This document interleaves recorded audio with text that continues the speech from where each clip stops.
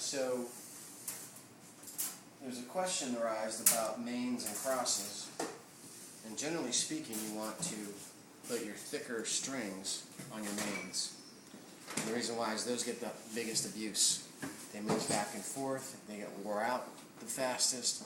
So, and generally, back 15, 20 years ago, they used to have a pro blend of Kevlar, and that was your most resilient string. And you always put those as your main. Of course, the rackets will last almost forever.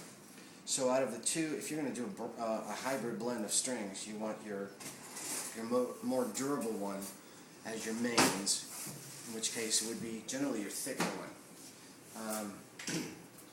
Your thinner one will go as your crosses, but be sure to read your instructions on your packet. If you get a big spool of it, like we do here, when you get a spool of it, you don't want it to go to waste. So one way to measure your crosses is to go ahead and just count your holes on your racket and just align them up. And then as you go down, once you get to your last one, just add yourself another extra length, right? And let's say you're at the last portion here, your last hole, add just a little bit of extra length, and that compensates for it, and you can, you'll have enough string to pull on it. All right, we're going to get started on the crosses, but before I do that, I want to cut off the string. Make sure you leave enough on there that it doesn't bother your hands if you touch it. So you don't want them too long, but you don't want them too short in case it slips. And that's it. That's your mains are set.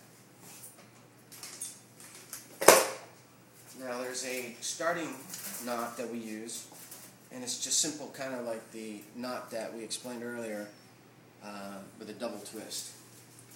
But you want to start at one of the knot holes and come through just like you do a regular one, and then one more time. You pull it through, and that's a solid knot right there. That's not going to go anywhere. So now you start. Doesn't have a ticket to go anywhere. Nope. Now you start weaving. Make sure you have to alternate the strings.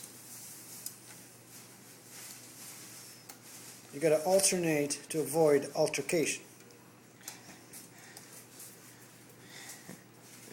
Sure.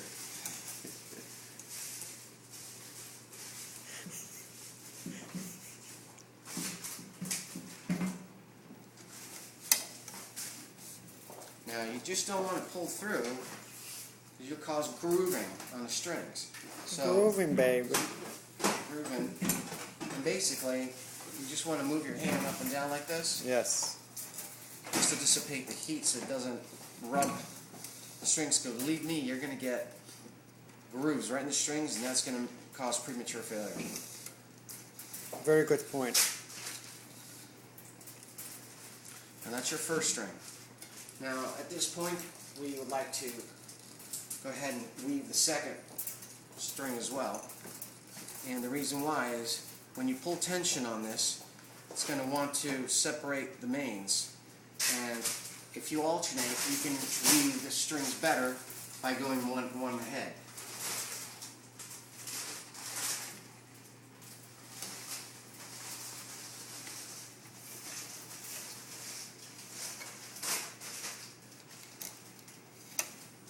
And you always start above. If the first one is underneath the main. It's up to you. Whatever you feel comfortable with. But you're gonna have to start the same all the time. And you always start the same. Yeah.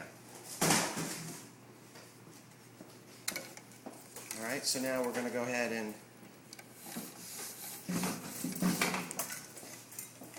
dissipate the heat.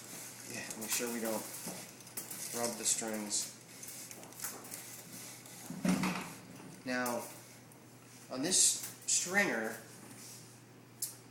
the clamps themselves are, it's hard to get any kind of good clamping on that very first string.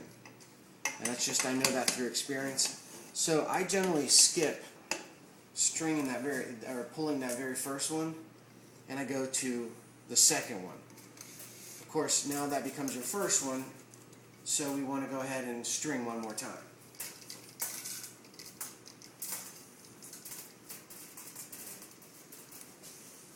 Now, as you can see on this, when we came in through the last one, it came underneath the main. Yeah. So to start it, we have to go above it, right? As you can see. So you get an alternation, or alteration, or you alternate. Alternate. Mm-hmm.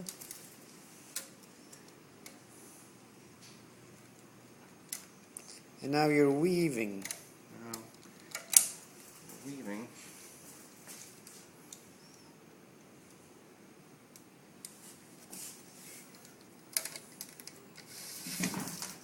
And once again, make sure you get into a habit of doing that.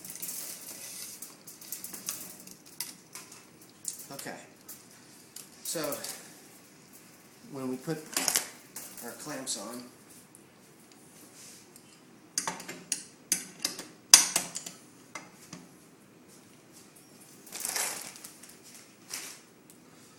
since if we were going to try to make this fit it, as you can see, that's as far back as this goes.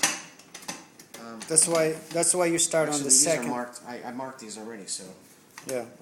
Let's alternate the clamps correctly.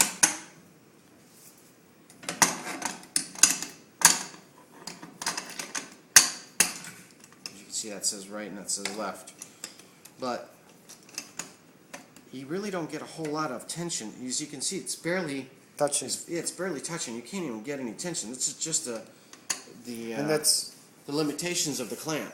Yes. Okay, so that's why down here it'll fit just nicely. Yes. What you don't want is to avoid tightening that bottom one, not to tighten that bottom one. This one we can compensate by pulling the second one, and we'll get enough tension from the first one as well. And you'll see it in a second. So now we're going to go ahead and tighten it.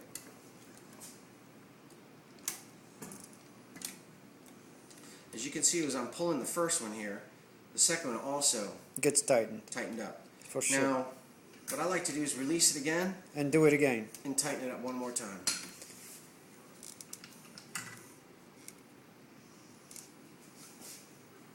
While you're there, you want to try to straighten out your strings as much as you can. Yeah. It's easier to do it now than it is later. Alright. Now, by pulling that string, if you can get at a lower angle here, you can see that the mains will alternate as you pull through it. This one's lower than this one. This one's lower than this one. So, to take advantage of that, to weave it so that you don't have to work as hard to weave it, that's why you want to go one ahead.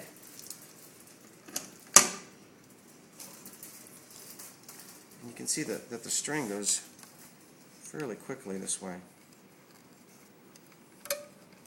With practice, you can actually whiz right through this like nobody's business.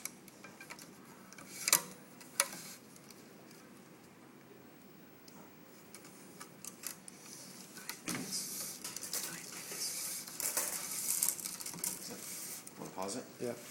Okay. We're going to do the rest here.